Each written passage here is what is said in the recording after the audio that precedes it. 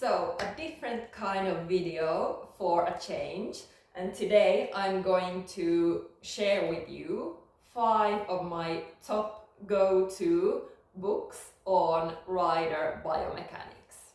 So I have made this kind of videos before, and I'm going to go back to it now, so you can also check out the previous ones. There are some books I've talked about before, but I think these are such good books that I'm definitely going to talk about them again. And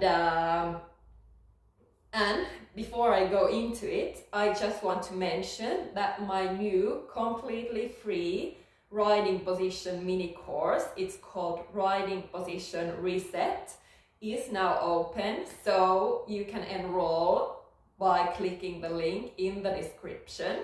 So definitely go and check it out. It's a 4-day mini course and you'll learn a lot more about rider biomechanics, and there are these short lessons, and then you get an exercise each day, and then hopefully we'll be able to bring that idea into your riding as well. So definitely go and check it out. And now let's go into these books. So these are not in any particular order, and I will definitely be putting the links down below, so in case you want to check them out.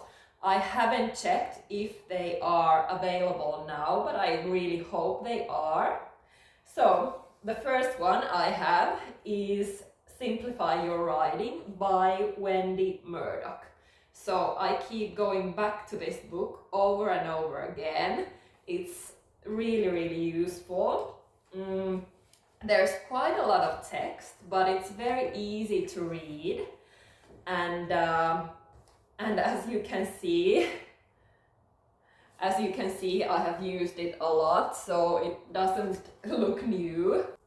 And by the way, I'm also going to share a couple of small things from a couple of these books, so I'm not going to be reading from all of these because it would take too long.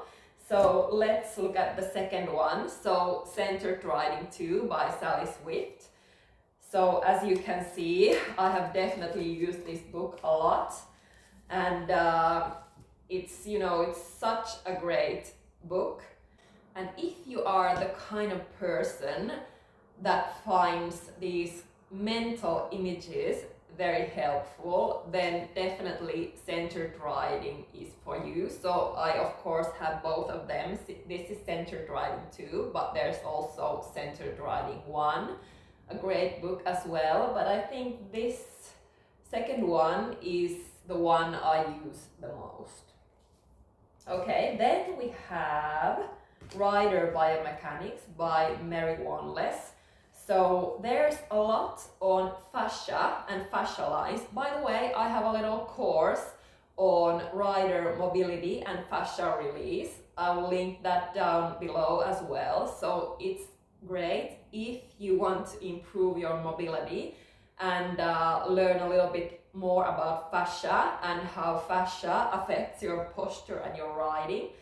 And also, what was I going to say? Also myofascial release techniques you can do yourself. So check it out as well. But back to this book. So I find Mary Wanless's books sometimes a little bit heavy to read, but if you want to dive a little bit deeper, then definitely check out this one and also other books from Mary Wanless.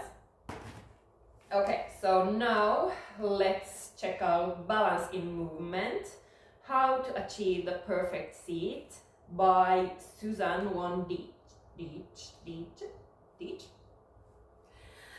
And I've had this book for such a long time, and I still go back to it again and again and again. I think it's a very good book.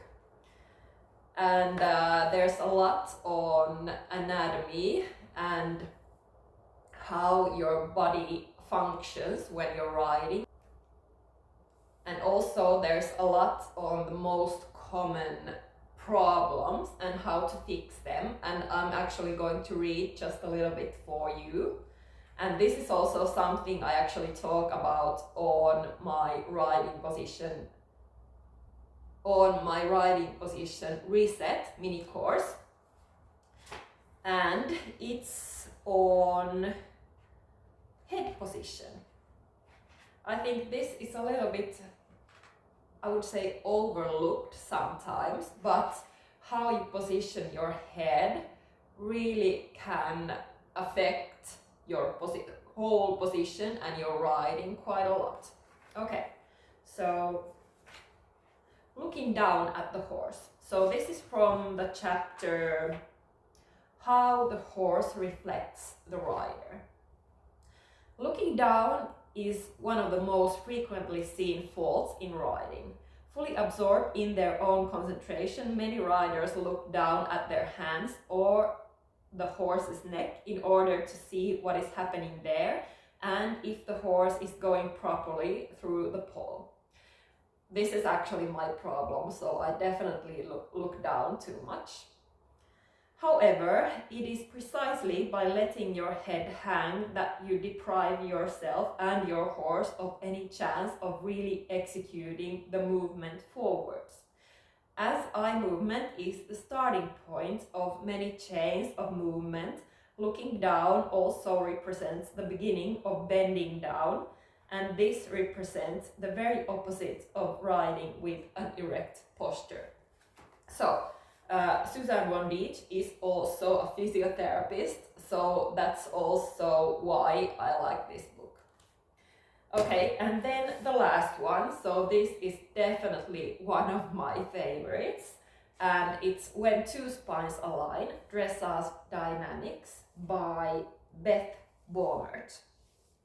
So, there's also a lot on horse biomechanics. I think this is such a fantastic book.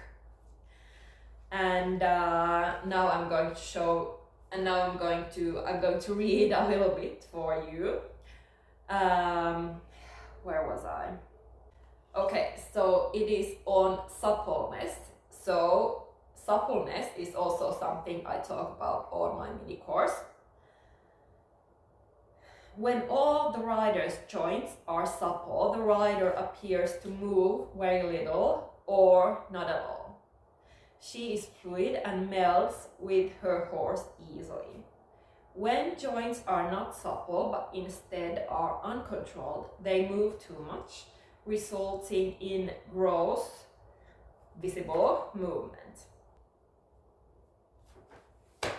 So that's definitely very, very important. For example, if your hips are not supple, that will definitely make you bounce, or at least make absorbing the horse's movement a lot more difficult, and it really affects your whole body. So that's definitely something to keep in mind. And there's so much you can do also off the horse. So I have some workouts in my other channels, so you can check them out. Or like I said, check out my new mini course, Riding Position Reset. The link is down below. Also, if you want to check out these books, then I will put links also in the description. I really hope they are available. And yeah, I think that's it for this video. So like I said, a little bit different kind of video. So I think I will be making a little bit more of videos like this. Definitely, if you have something on your mind you'd like to ask or you would like me to talk about, then comment down below, because I could definitely do a little video about that. And yeah, that's it for this video, and I'll see you next time. Bye!